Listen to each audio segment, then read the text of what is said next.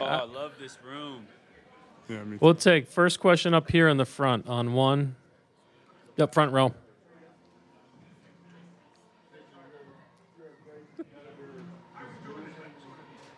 One. I mean, yeah, it was kind of weird, because it's at the same time. I mean, I want to win, and I mean, I hate losing, but it's at the same time I have so much going on, and that I'm happy that I just knocked one thing off the list, for this weekend. So it's yeah, mixed feelings. Tim on the fourth row on the right. Victor, along those lines, it's a very unusual day for you. You were up early, appearances early. You've been going all day. This was not a traditional game day for you. How did you enjoy this first full day of your All-Star life? Yeah, it didn't feel like a game day because I mean, I enjoyed the first part, the tech summit. That was great, great experience, new for me. But the rest was I mean, as usual, appearances, interviews. So as usual, yeah, I mean, it's part of the job, And the game was fun, playing against those guys who are very promising. Any other questions in here? Over here, fifth row on the right. Vic, just on the topic of the Tech Summit, this season there has been a crazy output in scoring. Offensive production has been at an all-time high. In general, looking forward to what that next evolution in the game is. What do you think the next step is for NBA basketball? What do I think the next step is? It's hard to say, but we can really see the shifts in the past years, decades, in the game, and I don't know. I think physical bigs are going to be more and more dominant of the game. Hi, Victor. Congrats on just your first appearance in All-Star Weekend.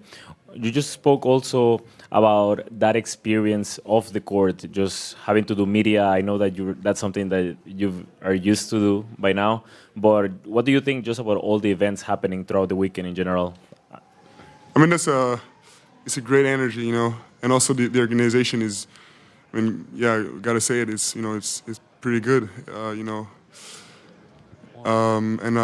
So I like I don't have much to say about the interviews. It's like usual, and but the energy definitely is up there, and the dedication also of the people who work here. They're doing very good.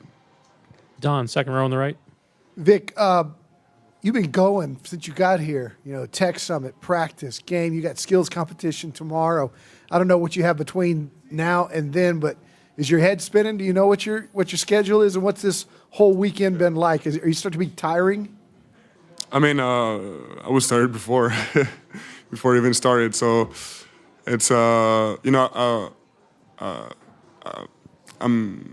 can't wait until it's over. Because I need this couple days of rest to get back to be good during the season. So my head is fine. It's not spinning because it's I'm trying to I set up the schedule with my crew before it started, and I've validated everything, and once something is done, I just forget it onto the next thing. So I'm good.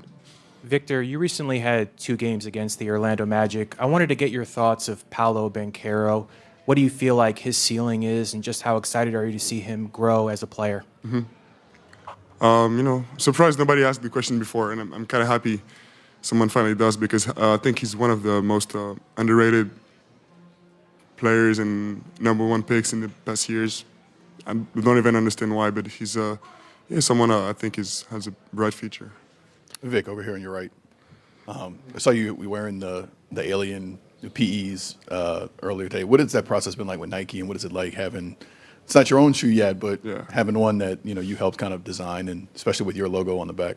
It's it's great because it's a new experience for both them and I. We're all learning in this because it's really the first time in my life I've been asked, how I mean, anything about shoes really, because I didn't have much choice for most of my life, and so this is great. But I'm still learning a lot about my feet and my own body. We'll go here with last question in English, then take a couple in French. Hey, Victor, I'm just curious. We we've never seen a guy with your skill set and size and everything. Is participating in every event, 3-point contest, dunk contest, skills challenge, something you'd be interested in doing for your career? Everything? Yeah, it's definitely on my bucket list. Okay, we'll go questions in French. First question here on one in the front with microphones coming. Ouais, Victor, on t'a vu qu'un chapeau de cow-boy en arrivant, tu as pointé aussi l'éperon des Spurs. C'est quoi un petit peu ta relation maintenant avec San Antonio, le Texas? Est-ce que ça a évolué au cours de ces 3-4 premiers mois en NBA? Et pourquoi ce choix aussi de cette tenue? What the fuck is that? Bro, I'm not disgusting. Anyways. Ça a évolué un petit peu parce que c'était vraiment la folie au début.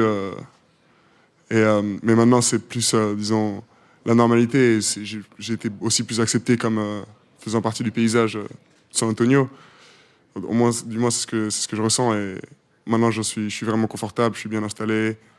Voilà, j'ai mes habitudes et tout. Donc, et je pense que c'est bien aussi que les gens se soient habitués aussi à me voir et voilà, au match, j'essaie d'interagir avec les fans et tout. Donc, je trouve que la relation est vraiment saine. Et j'y suis très attaché. Je voulais t'interroger sur le match. Est-ce que cette défaite, elle abîme un peu ton expérience du week-end? Et est-ce que tu es vraiment très déçu d'avoir raté la finale? Enfin, non, elle n'abîme pas mon expérience du week-end. C'est... Comment dire? Disons que j'essaie de rester professionnel jusqu'au bout et de faire mon travail. Mais la vérité, c'est que je suis pressé que ce soit fini. Any other questions? Last one here in the front. Voilà, il n'y a pas de finale, mais est-ce que ce titre de MVP, je crois, de Rising Star Challenge, tu y as pensé à un moment dans le week-end? Non. Sur le terrain, ouais, bien sûr. Je jouais pour gagner, mais j'ai pensé à beaucoup de choses. Thank you, Victor. Merci.